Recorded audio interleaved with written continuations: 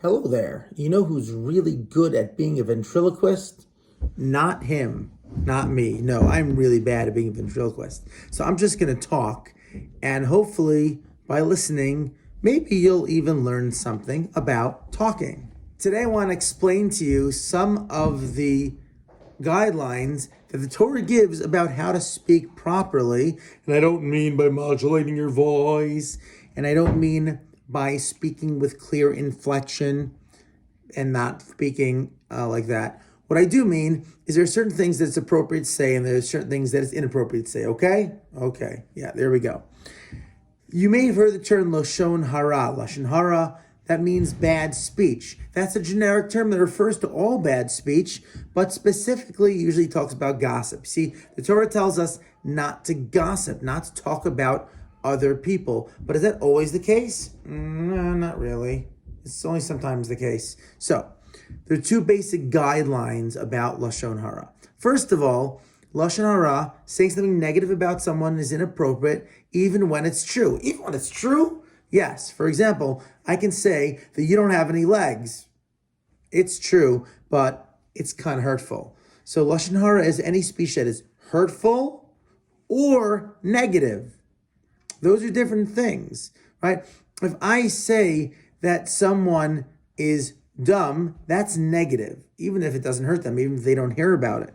If I say if I tell you that your enemy is down the block, you might want to run and hurt him. That might be hurtful to him. That's the Lashon Hara. So even if it's not negative, but it's hurtful, or even if it's not hurtful, but it's negative, we don't do either one of those, true or not true.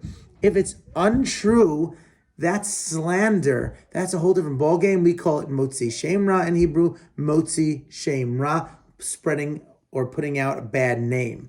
That is a big no-no. It's even worse than Lashon Hara. Lashon Hara is spreading true information that's negative or harmful to another person.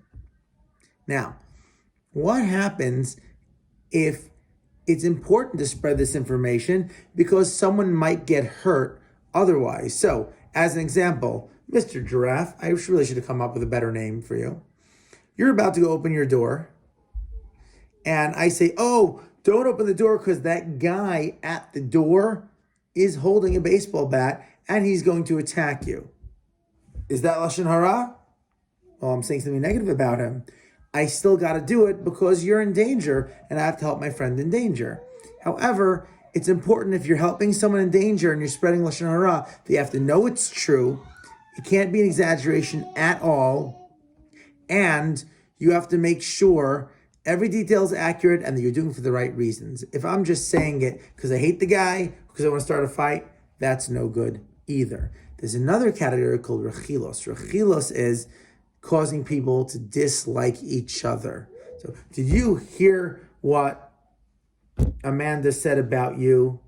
Yeah, she says she doesn't like your nose. Okay, so that's rechilos. That is a whole different category as well. These are all the negative things. So again, sometimes okay to spread negative words about someone if it's going to directly help someone else, but it has to be a direct need to help someone, like telling a teacher that someone's going to hurt someone is usually good. Calling the police when someone is dangerous, usually good. But only if the person is a danger to someone else and you're preventing that danger. Otherwise, it's important to never say anything negative or hurtful about someone else. Now, all these rules, you should make sure to consult a rabbi before applying them because there are a lot of specific details. All right, you can have a little conversation here. Oh, okay.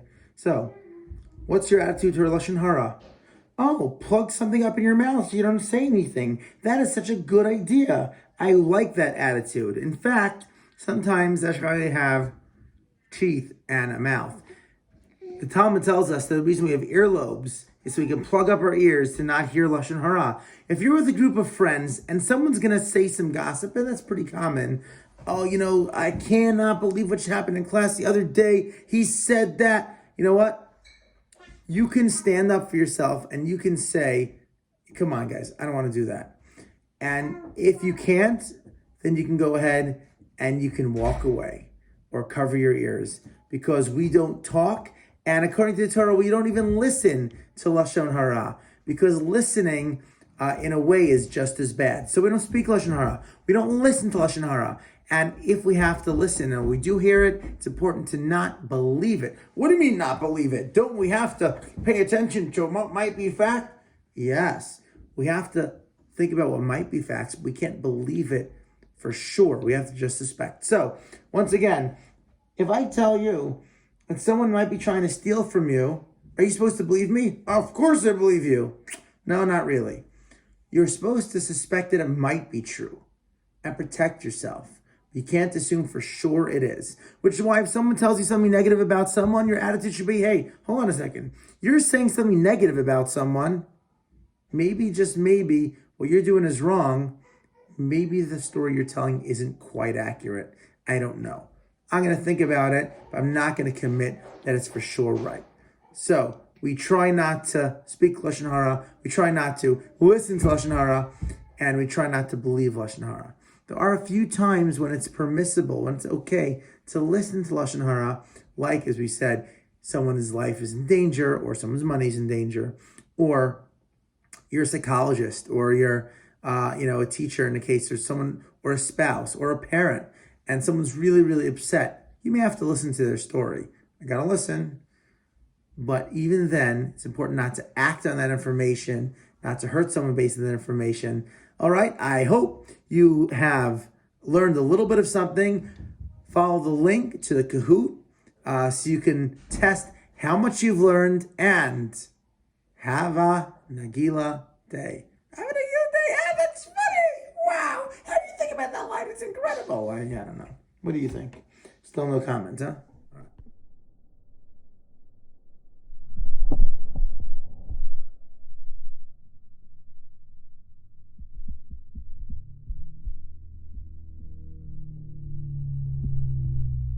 Great, you got it? I follow.